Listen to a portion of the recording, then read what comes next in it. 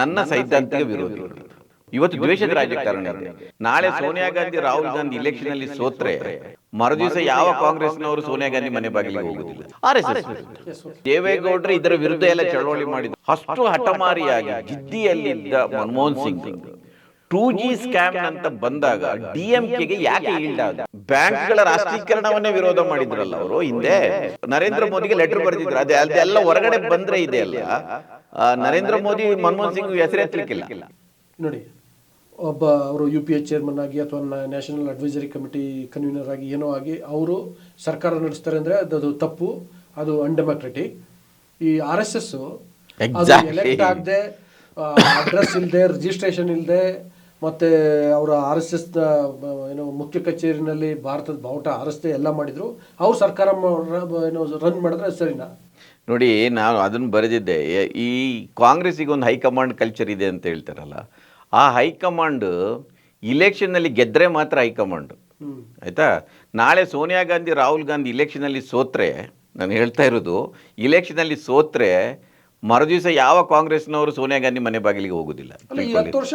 ಅದೇ ಹೇಳಿದ್ದು ನಾನು, ಅದು ಹೋಗೋದಿಲ್ಲ. ಆದರೆ RSS ಇಲೆಕ್ಷನಲ್ಲಿ ಕಂಟೆಸ್ಟ್ ಮಾಡಿದೇನೆ ಅದು ಒಂದು ಸೂಪರ್ ಹೈಕಮಾಂಡ್ ಆಗಿ ಇಡೀ ಪಾರ್ಟಿಯನ್ನು ಇವತ್ತು ಕಂಟ್ರೋಲ್ ಮಾಡ್ತಾ ಇದೆ, ಆಯ್ತಾ? ಯಾರು ಮಿನಿಸ್ಟರ್ ಆಗಬೇಕು ಸರ್, ಪಾರ್ಟಿ ಕಂಟ್ರೋಲ್ ಮಾಡಿದ್ರೆ okay, that is their business. Government control ಮಾಡ್ತಾರೆ. ಅದೇ ಸಾರಿ, ಅದು ಗವರ್ಮೆಂಟ್ ಅನ್ನು ಕಂಟ್ರೋಲ್ ಮಾಡ್ತಾ ಇದೆ. ಯಾರು ಈಗ ನೋಡಿ, ವಾಜಪೇಯಿ ಫಸ್ಟ್ ಪ್ರೈಮ್ ಮಿನಿಸ್ಟರ್ ಆದಾಗ ಅವ್ರಿಗೆ ಜಸ್ವಂತ್ ಸಿಂಗ್ ಅನ್ನು ಫೈನಾನ್ಸ್ ಮಿನಿಸ್ಟರ್ ಮಾಡಬೇಕಂತ ಇತ್ತು. RSS ಒಪ್ಪುದಿಲ್ಲ, ಮತ್ತೆ ಯಶವಂತ್ ಸಿನ್ಹಾ ಮಾಡಿದ್ರು. ಸೊ ಇವತ್ತು ನಿಮ್ಮ ಡೆಲ್ಲಿಯಲ್ಲಿ ಎಂಥದ್ದು ಒಂದು ಅವರ RSS ಕಚೇರಿಯ ಆಫೀಸ್ ಇದೆ, ಜಂಡೇವಾಲಕ್ಕೆ ಹೋಗಿ ಕ್ಯಾಬಿನೆಟ್ ಲಿಸ್ಟ್ ಅಪ್ರೂವ್ ಆದ ನಂತರನೇ ಅದು ಬರೋದು. ಇದೇ ವಾಜಪೇಯಿ ಮತ್ತು ಅದ್ವಾನಿಯನ್ನು ಆಗ ಸರಸಂಘ ಚಾಲಕರು ಸಾಕು ನೀವು ಮನೆಗೆ ಹೋಗಿ ಅಂತ ಹೇಳುವ ಮಟ್ಟಿಗೆ ಅದು ಪವರ್ಫುಲ್, ಇವತ್ತಿಗೂ ಪವರ್ಫುಲ್. ಮೊನ್ನೆ ಲೋಕಸಭಾ ಚುನಾವಣೆಯಲ್ಲಿ ಸ್ವಲ್ಪ ವೀಕ್ ಆಯ್ತು ಅಂತ ಆಯಿದ್ರು. ಮಹಾರಾಷ್ಟ್ರ ಹರಿಯಾಣದಲ್ಲಿ ಅವರೇ ಕೆಲಸ ಮಾಡಿ ಮತ್ತೆ ಅಧಿಕಾರಕ್ಕೆ ತಂದರು ಅವರು. ಅದರಿಂದ ಇವರು ಇಲೆಕ್ಷನ್ ಕಂಟೆಸ್ಟ್ ಮಾಡೋದಿಲ್ಲ, ಇವರು ರಾಜಕೀಯ ನಮಗೆ ಸಂಬಂಧ ಇಲ್ಲ ಅಂತ ಹೇಳ್ತಾರೆ. ಆದರೆ ಇಡೀ ರಾಜಕೀಯ ಕಂಟ್ರೋಲ್ ಮಾಡುತ್ತೆ ಅದು. ಆದರೆ ಈ ಕಾಂಗ್ರೆಸ್ಸಿನ ಹೈಕಮಾಂಡ್ ಆಗಲ್ಲ. ಇವರು ನಾಳೆ ಏನಾದರೂ ಬ್ಯಾಕ್ ಟು ಬ್ಯಾಕ್, ಈಗ ರಾಹುಲ್ ಗಾಂಧಿ ಸೋತು ಬಿಟ್ಟಿದ್ರೆ, ಪ್ರಿಯಾಂಕಾ ಗಾಂಧಿ ಸೋತು ಬಿಟ್ಟಿದ್ರೆ ಯಾರು ಅವ್ರ ಮನೆ ಬಾಗಿಲಿಗೆ ಹೋಗ್ತಾರೆ? ಈ ಕಾಂಗ್ರೆಸ್ನವರು ಹೋಗ್ತಾರೆ. ಸೋನಿಯಾ ಗಾಂಧಿ ಅವರಿಗೆ ಈ ಥರದ ಅವಮಾನವನ್ನು ಮಾಡಿ ಕಾಂಗ್ರೆಸ್ ಮಾಡಿದ್ರು. ಅಮರ್ ಅಕ್ಬರ್ ಅಂಟೋನಿ ಅಂತ ಕಾಂಗ್ರೆಸ್ನವರು ತಾನೆ. ಎಕ್ಸಾಕ್ಟ್ಲಿ. ಶರದ್ ಪವಾರ್, ಇವರು ಸಂಗಮ ಮತ್ತೆ ತಾರಿಕ್ ಅನ್ವರ್, ಈ 3 ಜನ ಸೇರ್ಕೊಂಡು ಅವರು ವಿದೇಶಿ ಮಹಿಳೆ ಅಂತೇಳಿ ಪಾರ್ಟಿ ಬಿತ್ತಿಂದ ಪಾರ್ಟಿ ಒಳಗಡೆ ಅವರು ಆ ಥರದೊಂದು ಇದನ್ನ ಏನೋ ಕಾಯನ್ ಮಾಡಿದ್ರು, ಅದು ವಿದೇಶಿ ಮಹಿಳೆ ಅಂತ.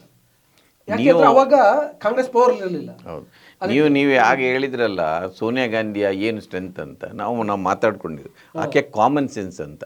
ಆಕೆ ಕ್ಯಾಥಲಿಕ್ ಇಂದ ಬಂದು ಕಾಮನ್ ಸೆನ್ಸ್ ಜೊತೆಗೆ ನೋಡಿ, ಈ 3 ಜನನ ನಂತರ ಲೇಟೆಸ್ಟ್ ಸ್ಟೇಜ್ ಅಲ್ಲಿ ಅಮ್ಮ ಕ್ಷಮಿಸ್ಬಿಟ್ಟು ಅದನ್ನ ಹೇಳ್ತಾ ಇರೋದು. ನೀವು ಕ್ರಿಶ್ಚಿಯನ್ರಲ್ಲಿ ನಾವು ಹೇಳಿದ್ರೆ ಬೇರೆ ತಿಳ್ಕೊಳ್ತಾರೆ. ಕ್ರಿಶ್ಚಿಯನ್ರಲ್ಲಿ ಒಂದು ಕ್ಷಮಾ ಗುಣ ಇರುತ್ತೆ.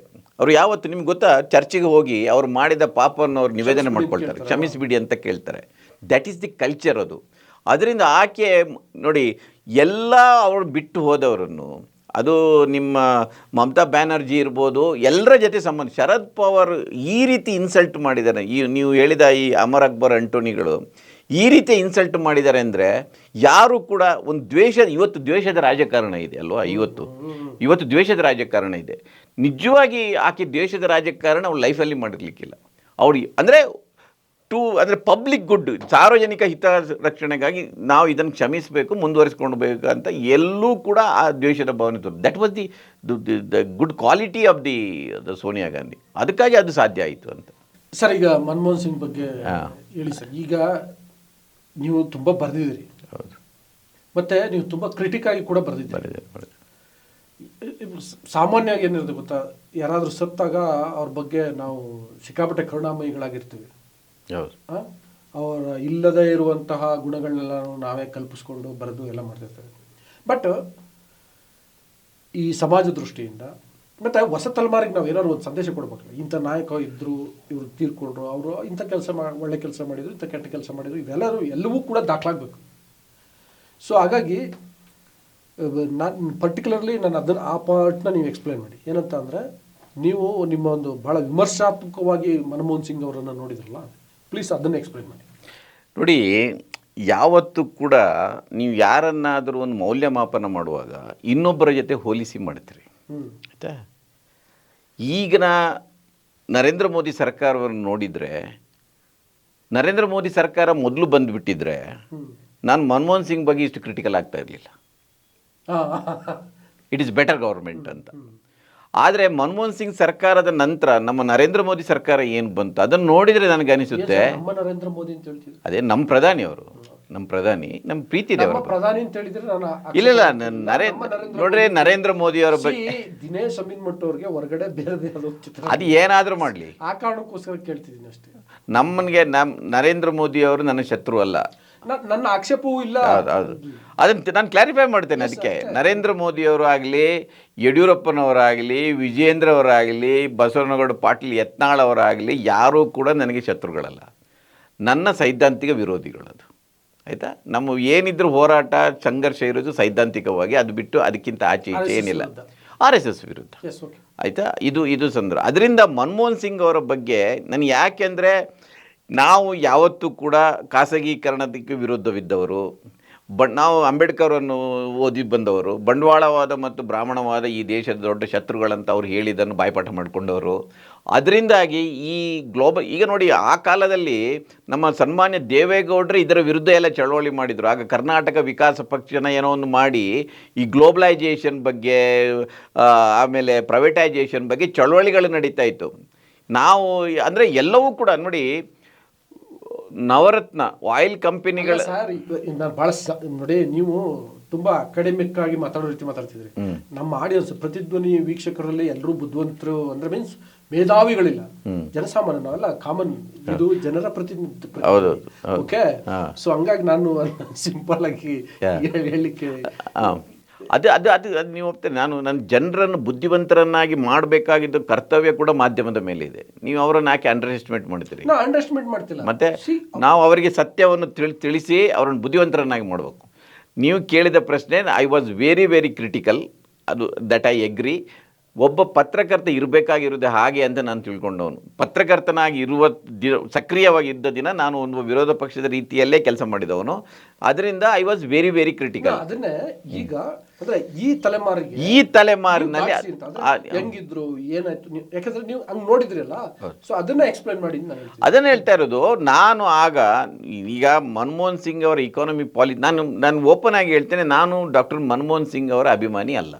ಅಷ್ಟು ಹಠಮಾರಿಯಾಗಿ ಜಿದ್ದಿಯಲ್ಲಿದ್ದ ಮನಮೋಹನ್ ಸಿಂಗ್ 2G ಸ್ಕ್ಯಾಮ್ನಂತ ಬಂದಾಗ DMKಗೆ ಯಾಕೆ ಈಲ್ಡ್ ಆದರು ಎನ್ನುವುದು ಆ ಫೈಲಿಗೆ ಅವರ ನೋಟಿಂಗ್ ಇದೆ, ಸಿಗ್ನೇಚರ್ ಇದೆ.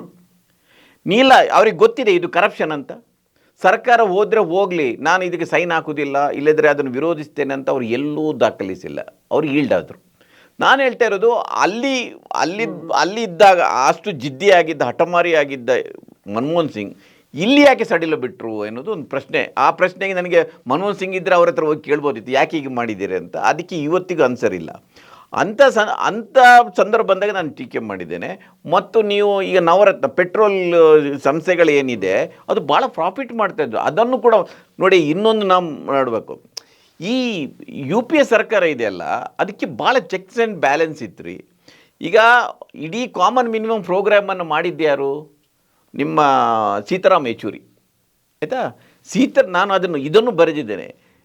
ಸೀತಾರಾಮ್ ಯೆಚೂರಿ ಫಸ್ಟಲ್ಲಿ ಎಡಪಕ್ಷಗಳು UPAನಲ್ಲಿ ಇಲ್ಲದೇ ಇದ್ದಿದ್ದರೆ ನಿಮ್ಮ ಇನ್ಶೂರೆನ್ಸ್ ಕಂಪನಿಗಳು ಇವತ್ತು ಪ್ರೈವೇಟೈಸೇಷನ್ ಆಗ್ತಾಯಿತ್ತು. ಅದು ಪ್ರಪೋಸಲ್ ಇತ್ತು, ನೀವು ನೋಡಿ ತೆಗೆದು. ಲೆಫ್ಟ್ ಪಾರ್ಟಿಗಳು ಅದನ್ನು ವಿರೋಧ ಮಾಡಿದರು.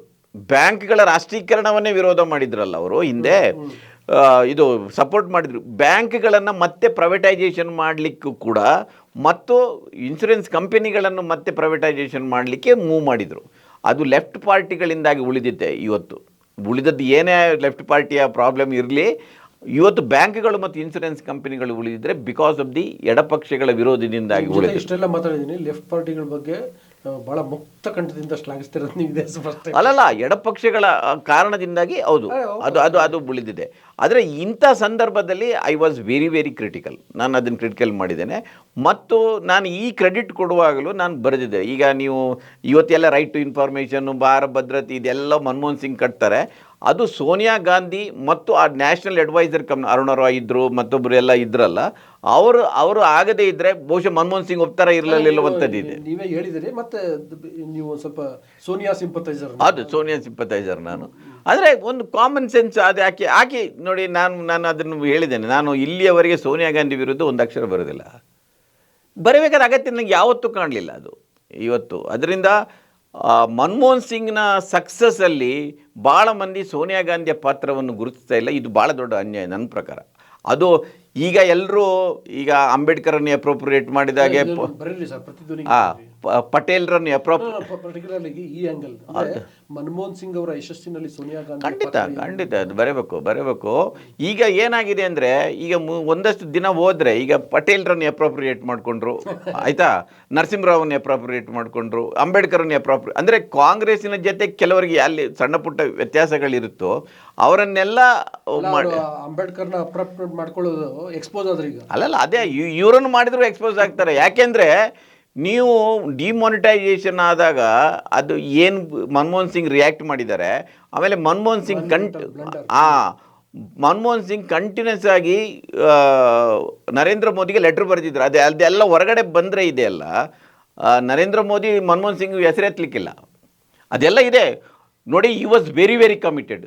ಅವರು ಹೇಳಿದ್ರಲ್ಲ, ಈ ದೇಶದ ಸಂಪತ್ತಿನ ಮೊದಲ ಅವಕಾಶ ಮುಸ್ಲಿಮರಿಗೆ ಅಲ್ಪಸಂಖ್ಯಾತರಿಗೆ ಸಿಗಬೇಕಂತ ಹೇಳಿದ್ದು ಅವರೇ. ಅದನ್ನು ಇವರು ಅಪೋಸ್ ಮಾಡಿದರು. ಅದರಿಂದ ಅವರೊಂದು ಮೈನಾರಿಟಿ ಕಮ್ಯುನಿಟಿಗೆ ಸೇರಿದವರು, ಸಿಖ್ ಕಮ್ಯುನಿಟಿಯವರು. ಅವರಿಗೆ ಈ ಮೈನಾರಿಟಿಗಳ ಮೇಲೆ ಆಗ ದಾಳಿಯ ಬಗ್ಗೆ ಅವರಿಗೆ ನೋವಿತ್ತು. ರಾಜ್ದೀಪ್ ಸರ್ದೇಸಾಯಿ ಮೊನ್ನೆ ಎಲ್ಲ ಹೇಳ್ತಾ ಇದ್ರು. ಅವ್ರ ಕೊನೆಯ ದಿನಗಳಲ್ಲಿ ಅವರ ಇಂಟರ್ವ್ಯೂನಲ್ಲಿ ಅದನ್ನು ಹೇಳ್ತಾ ಇದ್ರಂತೆ. ಅವರು ಈ ರೀತಿ ದೇಶದಲ್ಲಿ ಆಗ್ತಾ ಇರೋ ಬಗ್ಗೆ ಈ ವಾಸ್ ವೆರಿ ವೆರಿ ವರಿಡ್ ಅಂತ. ಇದರ ಬಗ್ಗೆ ದೇಶದಲ್ಲಿ ಏನು ನಡೀತಾ ಇದೆ, ಅವರು ಒಂದು ಅವಿಭಜಿತ ಪಾಕಿಸ್ತಾನದಲ್ಲಿ ಇದ್ದವರು ಸರ್. ಪಾಪ ಅವರು ಲಾಸ್ಟ್ವರೆಗೂ ಅವರ ಊರಿಗೆ ಹೋಗಕ್ಕಾಗಲಿಲ್ಲ ಬಿಕಾಸ್ ಆಫ್ ಎಕ್ಸಾಕ್ಟ್ಲಿ ಅವರಿಗೆ ಅದೆಲ್ಲ ಒಳಗಡೆ ಹರ್ಟ್ ಆಗ್ತಾ ಇತ್ತು ಅವ್ರಿಗೆ. ಅದರಿಂದ ಭಾಳ ಸುಲಭ ಇಲ್ಲ ಇವರನ್ನು ಅಪ್ರೋಪ್ರಿಯೇಟ್ ಮಾಡ್ಕೊಳ್ಳೋದು ಮನಮೋಹನ್ ಸಿಂಗ್ ಅವರನ್ನು. ಏನಂದರೆ ನೋಡಿ, ಇಂಡಿಯಾದಲ್ಲಿ ರೈಟ್ ಅಂದರೆ ಏನು ಗೊತ್ತಾ, ಕಮ್ಯುನಲಿಸಮ್ ಆಗಿದೆ. ರೈಟ್ ಎನ್ನುವುದು ಇಕಾನಮಿ ಪಾಲಿಸಿಯಾಗಿ ಬಂದಿಲ್ಲ. ರೈಟು ಕಾಂಗ್ರೆಸ್ಸೂ ರೈಟಲ್ಲಿ ಇದೆ ಇಕಾನಮಿ ಪಾಲಿಸಿ ಪ್ರಕಾರ, BJPನಲ್ಲಿದೆ. ಸೊ ಅದರ ಬಗ್ಗೆ ಮನಮೋಹನ್ ಸಿಂಗ್ನ ಆ ಇಕಾನಮಿ ಪಾಲಿಸಿ ನೋಡಿ, ಮನಮೋಹನ್ ಸಿಂಗ್ ಇದೆಲ್ಲ ಬಂದಾಗ ನೀವು ತೆಗೆದು ನೋಡಿ, ಸ್ವದೇಶಿ ಜಾಗರಣ ಮಂಚ ಇದನ್ನೆಲ್ಲ ವಿರೋಧ ಮಾಡಿದ್ದಾಗ, ಆಯಿತಾ, ಪ್ರೈವೇಟೈಸೇಷನ್ ವಿರೋಧ ಮಾಡ್ತು. ನಿಮಗೆ ಗೊತ್ತಿರಬೇಕು, ವಾಜಪೇಯಿ ಮಾಡಿದ್ರಲ್ಲ, ವಾಜಪೇಯಿ ಗೌರ್ಮೆಂಟಲ್ಲಿ ಜಾರ್ಜ್ ಫೆರ್ನಾಂಡಿಸನ್ ಕ್ಯಾಬಿನೆಟಿಂದ ತೆಗೆದುಕೊಳ್ಳಿ ಅವ್ರು ಸೀದಾ ಹೋಗಿ ಸ್ವದೇಶಿ ಜಾಗರಣ ಮಂಚ ಸೇರಿ ಸರ್ಕಾರದ ವಿರುದ್ಧನೇ ಶುರು ಮಾಡಿದರು. ವಾಜಪೇಯಿ ಇವನನ್ನು ಹೊರಗಿಟ್ಟರೆ ಇನ್ನು ಕಷ್ಟ ಅಂತ ತಗೊಂಡು ಕ್ಯಾಬಿನೆಟ್ಗೆ ಹಾಕ್ಕೊಂಡ್ಬಿಟ್ರು.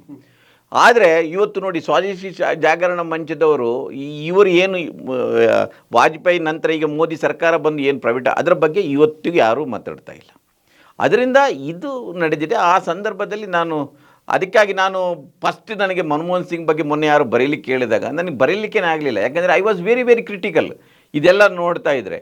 ಆದರೆ ಸ್ವಲ್ಪ ಈಗ ನೀವು ಈಗಿನ ಮೋದಿ ಸರ್ಕಾರ ಕಂಪೇರ್ ಮಾಡಿ ನೋಡಿದರೆ ಪರವಾಗಿಲ್ಲ ಅಂತ ಅವರು ಅನ್ನಿಸ್ತು. ಯಾಕೆಂದರೆ ಫೈನಾನ್ಸ್ ಮಿನಿಸ್ಟ್ರಾಗಿ ಅವರು ಹೊಸ ಆರ್ಥಿಕ ನೀತಿ ಏನು ಮಾಡಿದ್ದಾರೆ, ಅದರ ನಂತರ ಪ್ರೈಮ್ ಮಿನಿಸ್ಟ್ರಾಗಿ ಈ ನರೇಗಾ, ರೈಟ್ ಟು ಫುಡ್ಡು, ರೈತರ ಸಾಲ ಮನ್ನಾ ಇದೆಯಲ್ಲ, ಇದು ಭಾಳ ದೊಡ್ಡ ಇಂಪ್ಯಾಕ್ಟ್ ಗ್ರಾಮೀಣ ಪ್ರದೇಶದಲ್ಲಿ ಮತ್ತು ಬಡವರ ಮೇಲೆ ಆಗಿದೆ. ಇವತ್ತಿನ ಇಕಾನಮಿಕ್ ಗ್ರೋತಲ್ಲಿ ನೋಡಿ, ಕೃಷಿ ಕ್ಷೇತ್ರ 60% ಜನರಿಗೆ ಉದ್ಯೋಗ ಕೊಡುತ್ತೆ.